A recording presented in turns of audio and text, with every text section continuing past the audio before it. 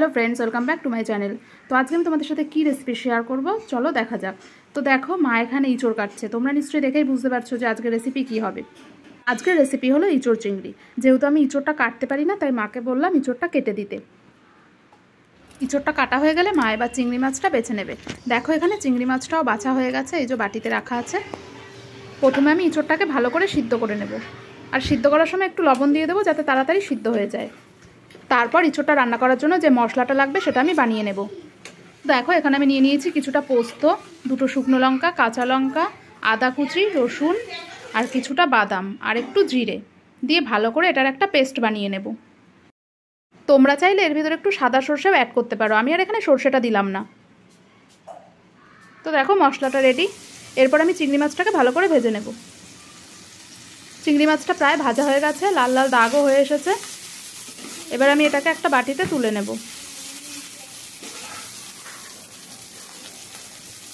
এরপর কড়াইয়ে তেল দিয়ে দেব। তারপর আমি এর ভিতরে ইঁচড়টা দিয়ে দেব। প্রথমে ইঁচড় আর আলুটাকে ভালো করে ভেজে নেব লাল লাল করে। তো দেখো এখানে কড়াইয়ে আমি ইঁচড় দিয়ে দিয়েছি, তারপরে আলুটাকেও দিয়ে দিয়েছি, দিয়ে এবার এটাকে ভালো করে ভেজে নেব। ইঁচড় আর আলুটা ভাজার সময় আমি এর ভিতরে একটু লবণ আর হলুদ দিয়ে দেবো, এতে কালারটাও সুন্দর হবে আর সেদ্ধ হয়ে যাবে তাড়াতাড়ি। দেখো ইঁচড়টা ভাজা হয়ে গেছে, লাল লাল দাগও হয়ে এসেছে। এবার আমি একটা গামলায় ইঁচড়টাকে ঢেলে নেব।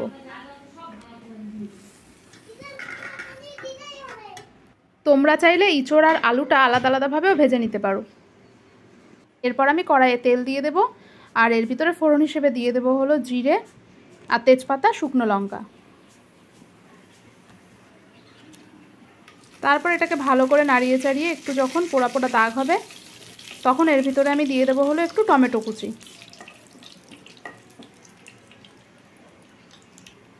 তো দেখো পোড়া পোড়া দাগ হয়ে গেছে। এবার আমি এর ভিতরে টমেটো কুচিটা দিয়ে দেব। আমার রেসিপিটা তো তোমাদের সাথে শেয়ার করছি, তোমরা কীভাবে ইঁচড় রান্না করো অবশ্যই কমেন্টসে জানিও। টমেটোটা দেখো অনেকটা সেদ্ধ হয়ে এসেছে। ইঁচড়ে কিন্তু পেঁয়াজও দেওয়া যায়, তোমরা চাইলে এর ভিতরে একটু পেঁয়াজ দিতে পারো। আমাদের বাড়িতে যেহেতু অনেকে পেঁয়াজ পছন্দ করে না তাই জন্য আমি আর এর ভিতরে পেঁয়াজটা দিইনি। টমেটোটা দেখো প্রায় সেদ্ধ হয়ে এসেছে। এবার আমি ইঁচড়ের জন্য যে মশলাটা বানিয়ে রেখেছিলাম সেই মশলাটা এর ভিতরে দিয়ে দেব। মশলাটা দিয়ে ভালো করে নাড়িয়ে চাড়িয়ে কষিয়ে নেব মশলাটা। এরপর আমি এর ভিতরে দিয়ে দেবো হলো একটু লবণ আর হলুদ।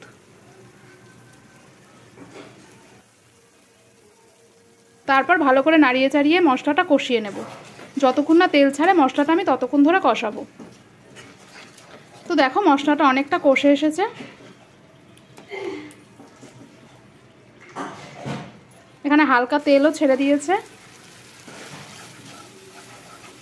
এবার আমি ভেজে রাখা ইঁচড় আর আলুটাকে এর ভিতরে দিয়ে দেব।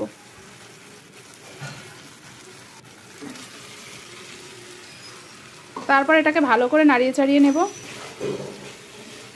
2 থেকে 3 মিনিট এটাকেও ভালো করে কষিয়ে নেব। এরপর আমি এর ভিতরে দিয়ে দেবো হলো পরিমাণ মতো জল। তোমরা চাইলে তোমাদের ইচ্ছা মতো কম বেশি জল ইউজ করতে পারো। আমি যেহেতু একটু ঝোল রাখবো ওই জন্য আমি এখানে একটু বেশিই জল দিয়েছি। তো এবার জল দিয়ে এটাকে একটু ভালো করে নাড়িয়ে চাড়িয়ে কিছুক্ষণের জন্য সিদ্ধ হতে দেবো। তো দেখো আমি এখানে ঢাকনা দিয়ে দিয়েছি যাতে তাড়াতাড়ি সেদ্ধ হয়ে যায়। তারপর 10 থেকে 15 মিনিট পরে ঢাকনাটা তুলে আবার এটাকে একটু নাড়িয়ে নেব। তারপর আমি আগে থেকে যে চিংড়ি মাছটা ভেজে রেখেছিলাম সেই মাছটা এর ভিতরে দিয়ে দেব। তো দেখো মাছটা আমি দিয়ে দিয়েছি। এবার ভালো করে নাড়িয়ে চাড়িয়ে আবার ঢেকে দেব।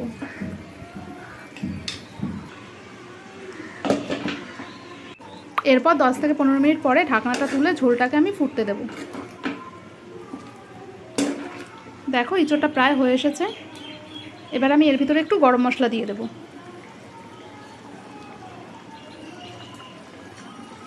আমি কিন্তু আগেই বলেছি এটা আমি মাখা মাখা করবো না, একটু ঝোল রাখবো। তো দেখো ইঁচড়টা হয়ে গেছে। এবার আমি একটা গামলায় ঢেলে নেব।